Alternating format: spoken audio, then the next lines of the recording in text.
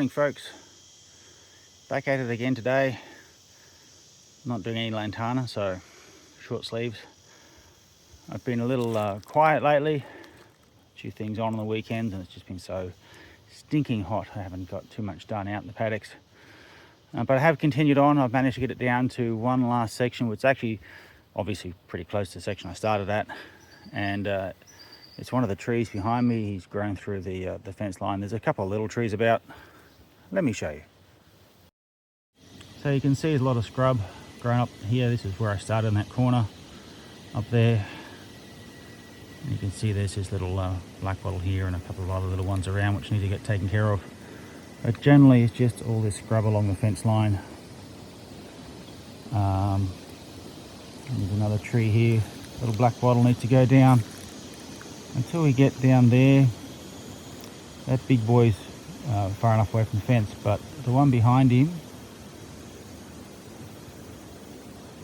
that guy there is right in the fence line, so he has to go. But he's the last big tree. There's a couple of other big trees up on the road down, which I'll take down as well because they're too close to the fence line on the other side, on my side, but they don't impact the boundary fence.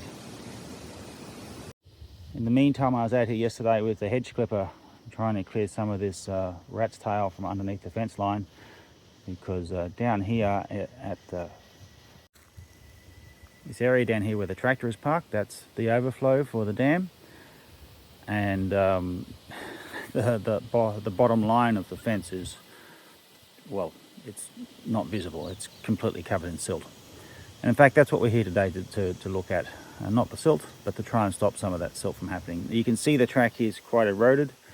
We have tried to clear this once or twice already, or tried to repair this once or twice already. I've also tried to slow the water down. I've built a little woe buoy here.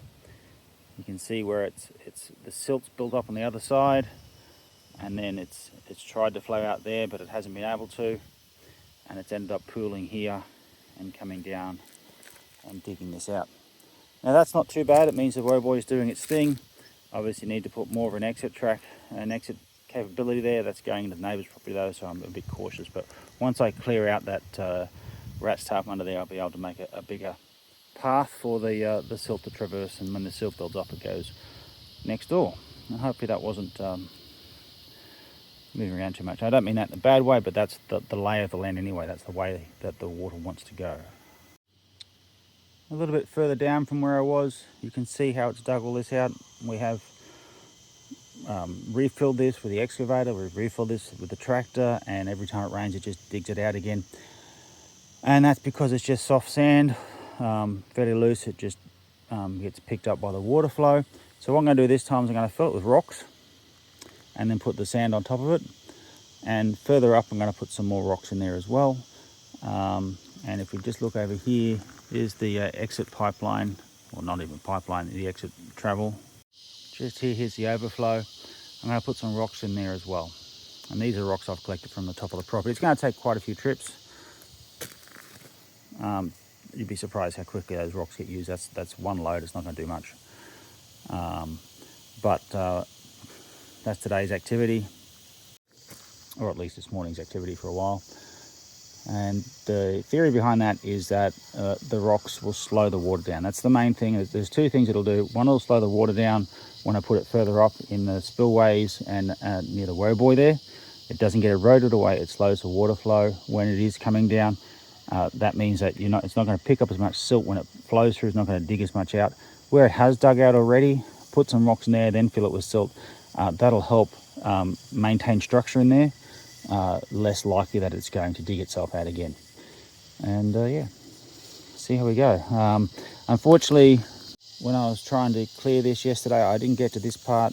As you can see, there's a lot of rat's tail there. But down here, that's where I've cleared with the hedge trimmer. It's about the only thing apart from the tractor which can cut through the rat's tail. Of course, I can't take the tractor through the fence line, so the hedge trimmer is it. And I burnt out the hedge trimmer. I mean, it is 7 years old, so it's a Zito, has a 5-year warranty. I'll get another one. I've got too many batteries now. I've pretty much invested in a Zito. we'll see how that one goes. But this time I'll get one on a pole, so I don't have to bend over. It'll be a pole hedge trimmer, so it costs a little bit more, but very useful for getting underneath the fences to get the rat tail up underneath there and keep that clear. And then I can actually see where the fence line is and dig out around it so that we actually have a 4-post fence like we're supposed to.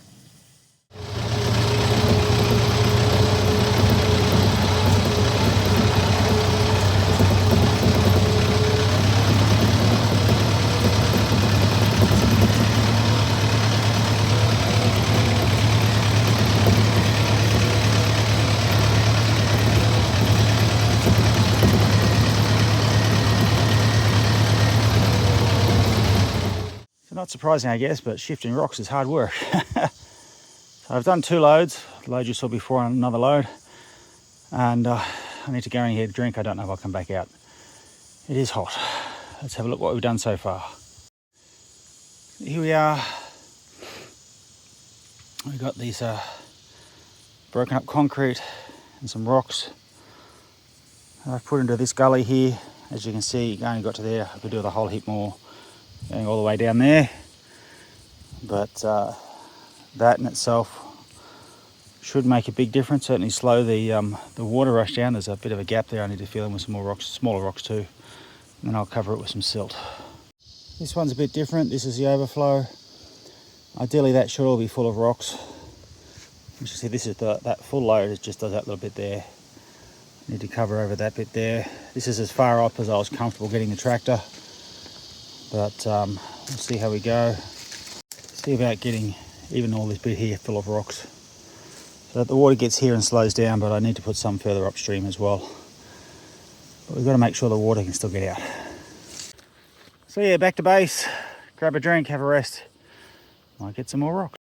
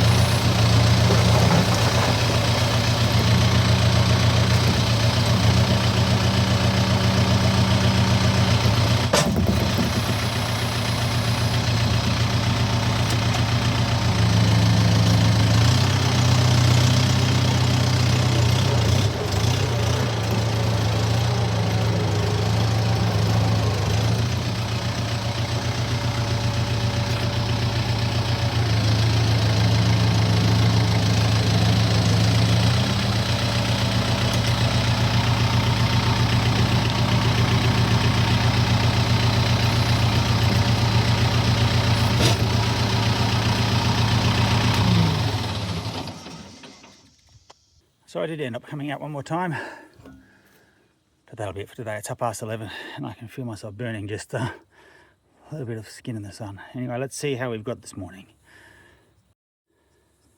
Here we go. Pretty well, pretty good. Still needs a fair bit in that area there. Smaller rocks to fill it up, and then some more rocks down further to fill that bit up. But all in all, not too bad. Certainly something else to keep me busy. And I won't know if it's going to work. I won't know if it's worked until we have the next rain, and it can't come soon enough. We had a lot of wind out here the last couple of weeks. It's pretty still today. Before that we had heat, and the winds just sucked all the moisture out. Everything's dead. Everything's dry.